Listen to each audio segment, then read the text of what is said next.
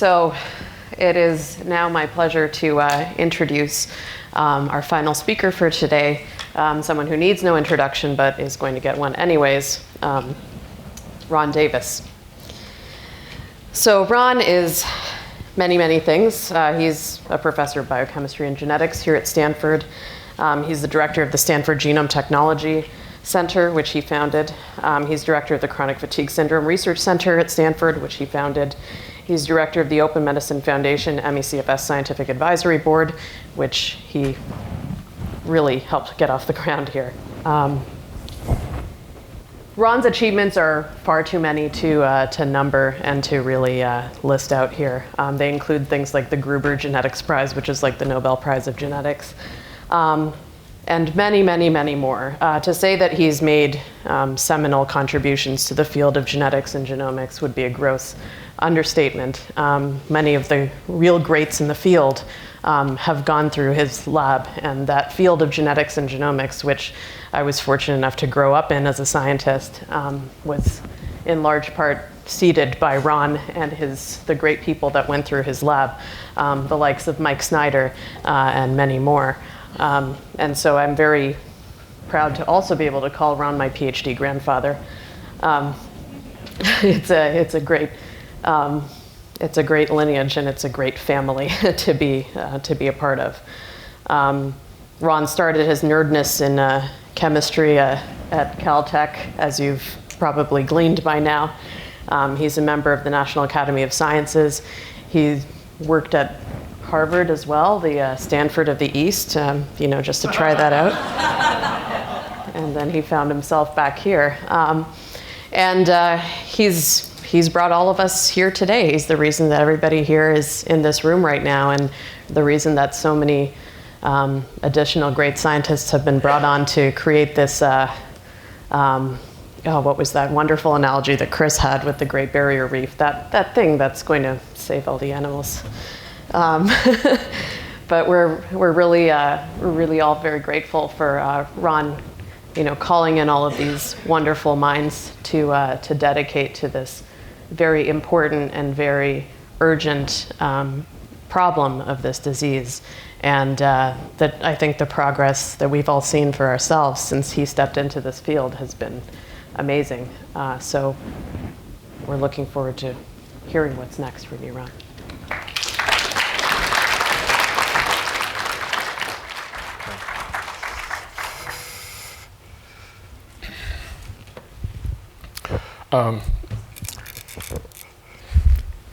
Being an experimentalist, I'm going to, my talk's going to be an experiment. So you will be the evaluator of it, because what we usually do is tell you what we've done. And I'm going to do an experiment to tell you what we're going to do, being the last speaker. And I'd like to know if it's useful. And because it gives a little more perspective of where things probably will go, and also what our emphasis is on. Also, being an experimenter, I've in our family, I had a son and a daughter. That experiment turned out fantastic. It's one of the best experiments I've ever done. They're both incredible people, and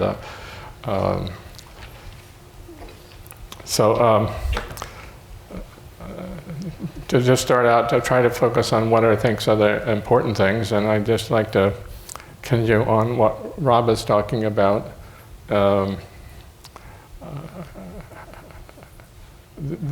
mutations in IDO2, some people say that though they don't find mutations in IDO2, some of the problems in that is that the genome people and the geneticists consider IDO2 irrelevant. And that's because there are so many mutations into it. So why should we even report the mutations in IDO2? And some of the automated software for analysis leaves it out. And that's always a problem. You should never, ever do that. Padong Chen is an expert in sequencing. He's a chemist by training. I don't think he makes mistakes. And so anybody who says they don't have IDO2 mutations can send us their DNA and we'll sequence it. We need to find that out. And that could always be why the theory is wrong, because people don't have IDO2 mutations. Another component of this is that the population as a whole have about 75% of the people have a mutation in IDO2, which is why we have to do a large number of people with the disease to see if it's significant. The other aspect of that, it says if you have to have an IDO2 mutation to get the disease, that 75% of the population is vulnerable. That should scare people. You're not protected. You could get it at any moment. Any virus could possibly do it. NIH should fund this, right? Yes.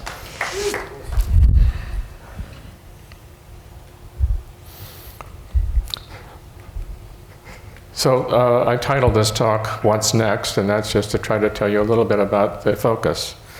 Now, our emphasis is trying to pick out areas that we think are really important, and that is we need to find a biomarker, because that can be a much more accurate diagnostic of the patients.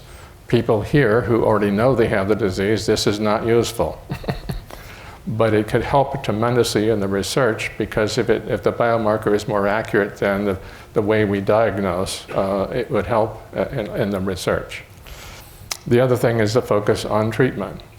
And that is, we need to take our data that we collect from all these experiments and try to come up with an idea about treatment. And of course, we'd like to figure out a way to cure it. Now, the thing about the cure is that you pretty much have to understand the molecular cause of the disease before you can cure it. In many, many diseases, we haven't a clue what's really causing it. We just know the symptoms. And you're not going to cure it unless you're just lucky. Now, the other component that I think we should look at a little bit is prevention. Because that's not going to help the people here who have the disease, but it'll help the next generation of people. If we could figure out a way that to decrease the chances of getting the disease would help. So we've been working hard on a biomarker assay. And it's really important to do that, because so many patients go to doctors and the doctors tell them there's nothing wrong with them. And to me, the example of that is my son, who we take blood samples from because he's got a port into his heart when you can take blood really easily. And we often run tests on him just to see how he's doing.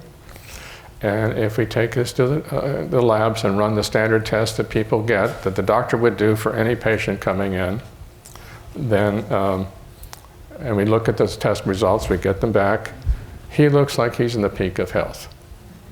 Nothing wrong with him. And I'm sure a lot of patients have gotten the same treatment. And you look a little deeper and, oh my gosh, there's all sorts of things wrong. They don't look deep enough. So we need to do something to try to fix that problem. And so that's why we've been working on a biomarker. The first pass is a test that says they're not healthy.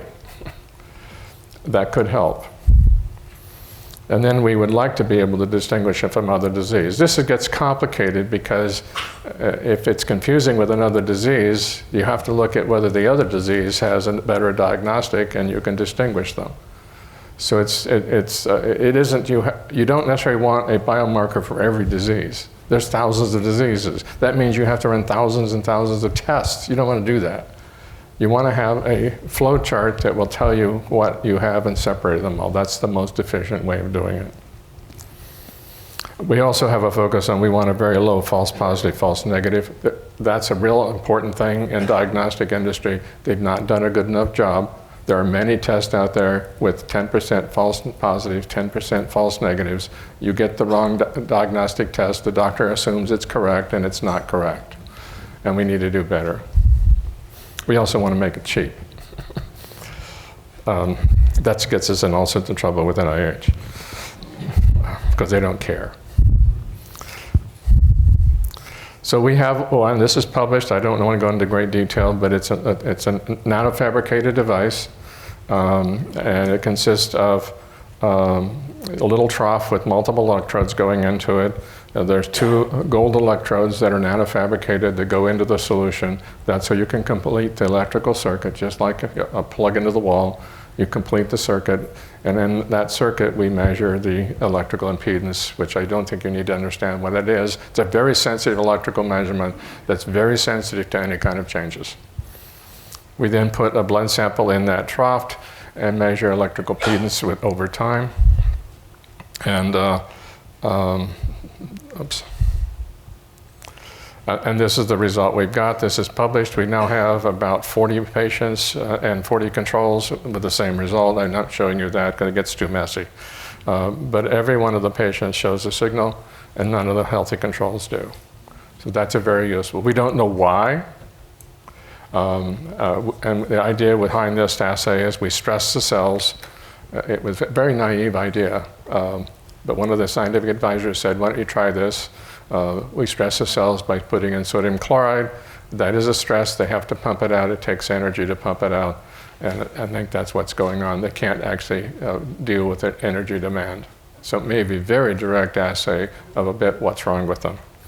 Doesn't matter. Now, some people will say, gee, this nanofabricated device, this is really complicated.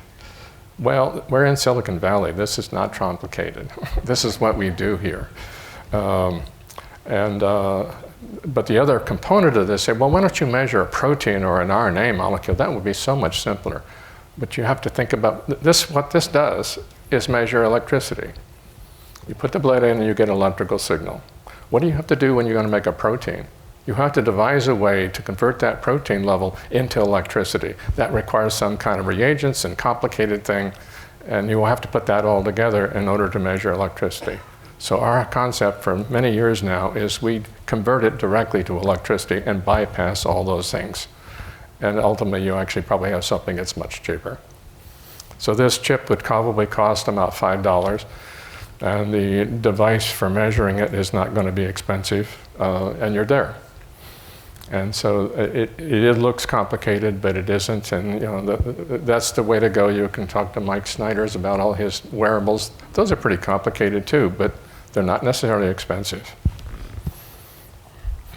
So any of this looks encouraging.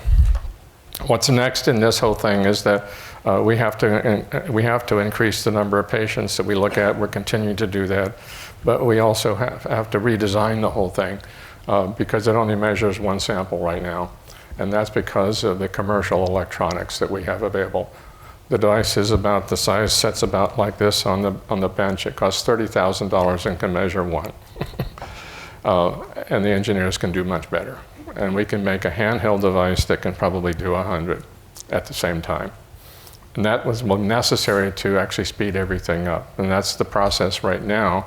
And in fact, we would like to have more donors. We're not quite set up for it.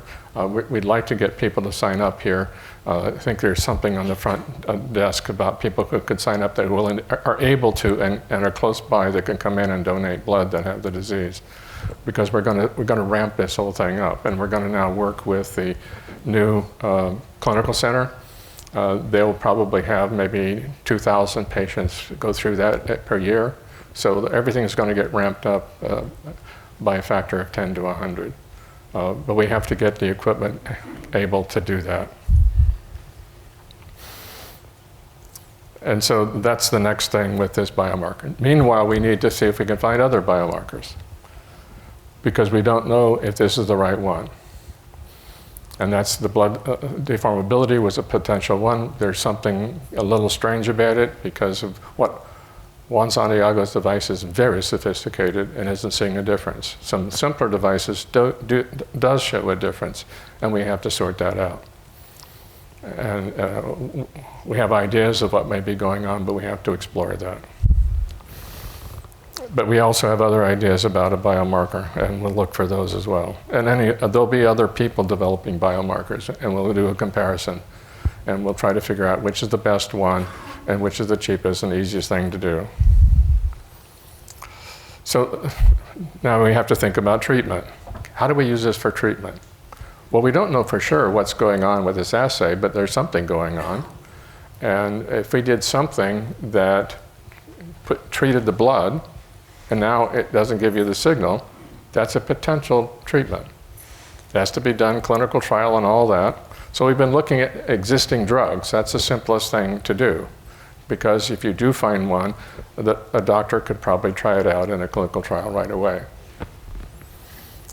So we plan to screen all the FDA-approved drugs. We have them in our freezer. They've been there for a long time. We have tested all the FDA-approved drugs on yeast. We have identified all of the interacting genes for every FDA-approved drug, and we've evaluated that at different concentrations of the drug. So we have a big, big database already for yeast. Many of those genes are the same in human. So we have a nice way to do the bioinformatic analysis, comparing it to what we see in yeast and so forth. So in many cases, we can tell what the target is in human, even though they don't know that, because we know it in yeast. So that will be one thing that we do. We just have to get the new devices built and so forth before we can do that. I want to show you a couple things that just as an example. They're a little bit surprising. One compound is called Copaxone. It's an MS drug. When we add, that's multiple sclerosis. Now, that's a little interesting because many patients, and how we kind of came across this, many patients are misdiagnosed between MS and chronic fatigue syndrome. And either they're diagnosed for MS, but they really have chronic fatigue syndrome, or they're diagnosed with chronic fatigue syndrome, but in fact really have MS. So this drug is a little weird because it's a polymer of 4 amino acids, and it's a random polymer, and it's designed to be something like the target site is the idea of the antibody that causes the problem. And so when we put this drug into the blood, it makes the signal look like healthy. That's a little bit of surprise. I don't understand why. So we have a person in the lab now that has made our own Copaxone. It looks exactly like the commercial. And that allows us now to make changes. Which of these amino acids is important for that signal? It comes out as random links.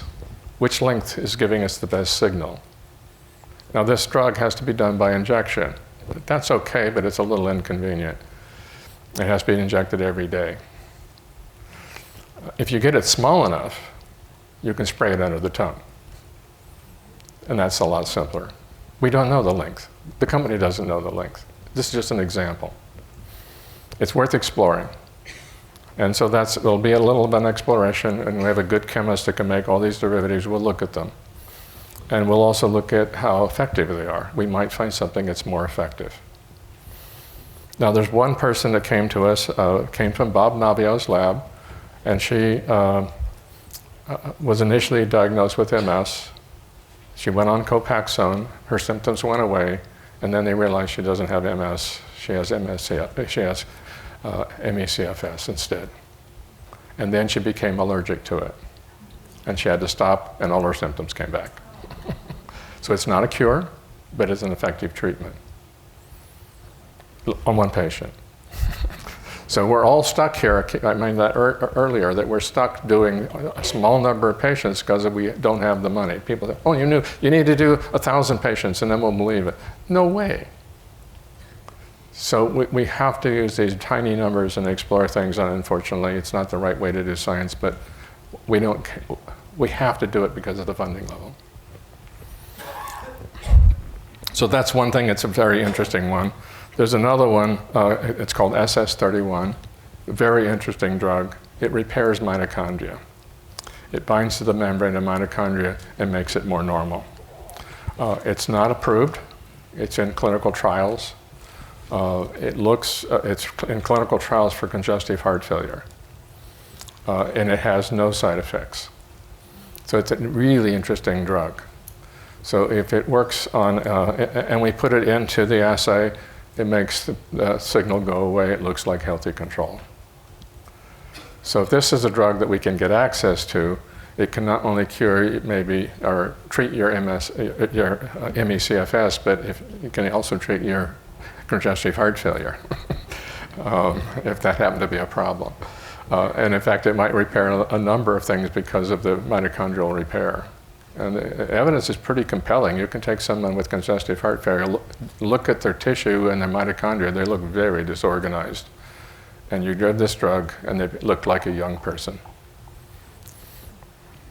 So the other thing about it is that it also decreases oxidative damage and the way it's set up. And so that might be why it's working. But it will probably be available fairly soon. We're working with the inventor of the drug. It was from Cornell. And she has a lot of different derivatives we also can look at. But what I'm worried about is that the drug will be very, very expensive. The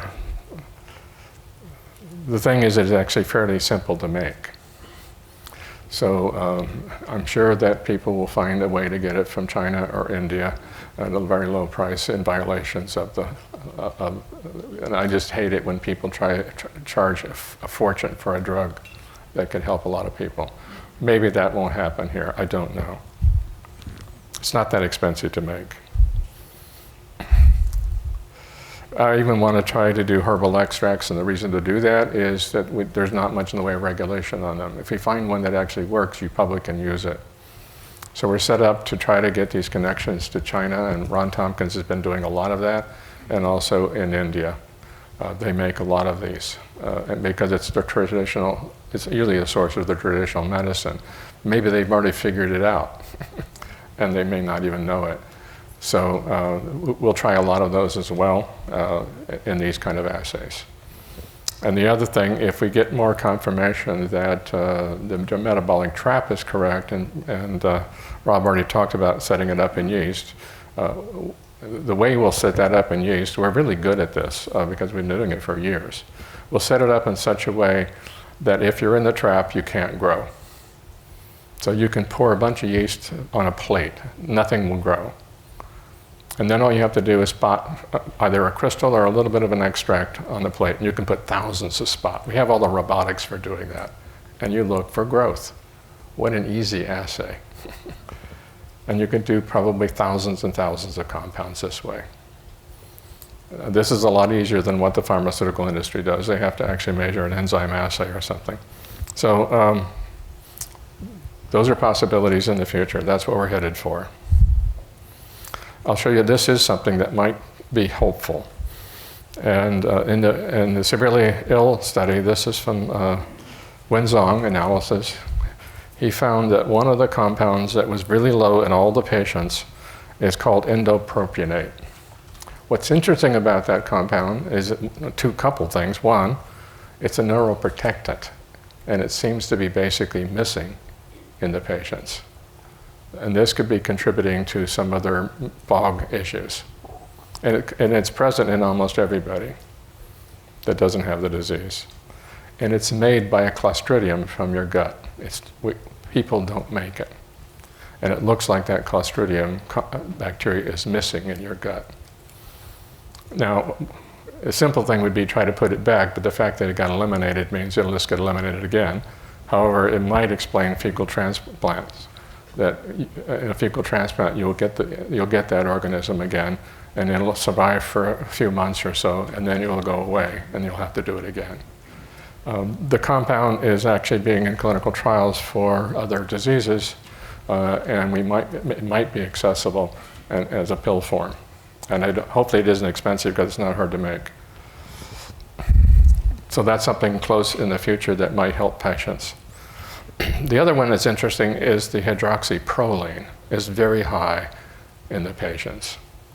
And I think that indicates there's collagen degradation going on in the patients. And that could explain their EDS, but it also could explain this cranial instability, the CCI that's observed in some patients. And that might be when it gets extreme degradation of the collagen could cause that. So that's another connection. Now this gets to be more medicine, but it does raise the possibility of finding an inhibitor that's obviously degrading the collagen, that maybe we can do something to prevent the degradation. And that would be more of a preventative necessary than a treatment. But if we could shift the balance back to not degrading the collagen, it could help the long term. The other thing we want to do is look at mold. It's been around for a long time. That there's something going on with mold, and a lot of patients are sensitive to mold. It hasn't been explored, and the reason it hasn't been explored very much is it's hard. And there's lots and lots of molds, so it's going to be really difficult to do sort of the standard analysis. Plan is to try to get some experts in mold that know a lot about what are probably the molds that are causing the damage and the worst types of molds. We can make probes for them and find whether they're there by DNA analysis. But also the mycotoxins that they make are unbelievably potent.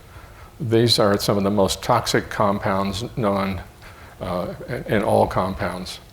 And they operate at very, very low concentration. So it's been really difficult to actually test for them, but the new mass spectrometers are more and more sensitive. I think they can now do it. So that will be another thing that we will look for. Incidentally, speaking of that, we're very slow at trying to figure out a metabolic trap because our mass spectrometer is not sensitive enough. And we have to borrow one, and borrowing it is hard because the good ones are always, always busy. And so it's a big limitation for us. Thank you. Unfortunately, they're very expensive. So the cure, we constantly are worried about whether it is caused by an infectious organism. Mold is just one of them, but there may be something else. So one of our constant projects is looking for what might be an infectious organism. And we started out because of thinking that it could be something new. And if it's new, it could be in the blood. As an example, HIV. It would be really trivial with these new technologies to find HIV. It would probably take us 24 hours to realize why an AIDS patient is sick.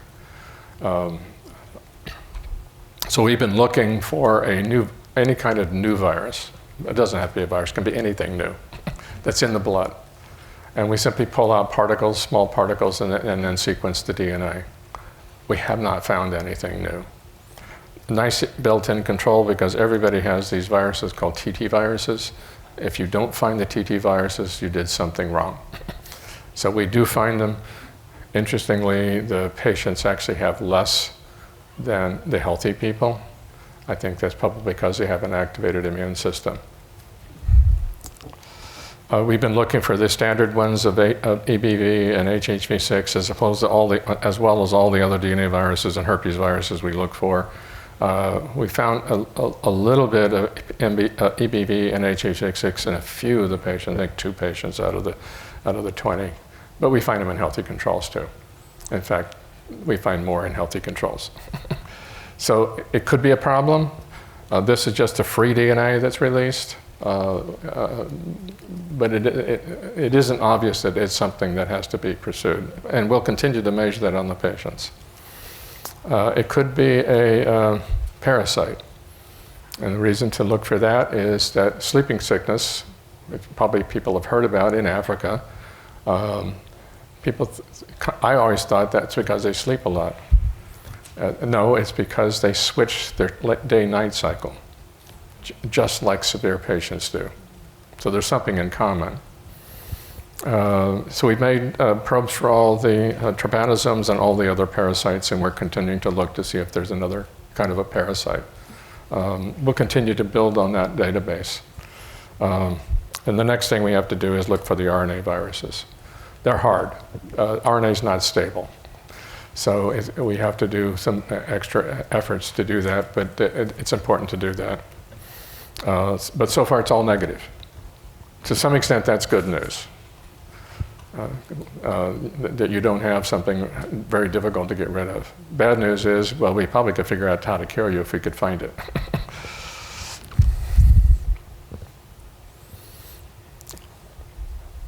So this is what I've already talked about. We have to, if we can find the cause, we probably can come up with a strategy to cure. And It may not be trivial to do, but I'm optimistic. I think there's a lot of reason to suspect that the metabolic trap of Rob's is correct, and that is because it's in the dendritic cells. The dendritic cells control the immune system. Without the dendritic cells, dendritic cells suppress autoimmunity, so it explains the autoimmunity. If you correct the dendritic cells, you'll correct the autoimmunity.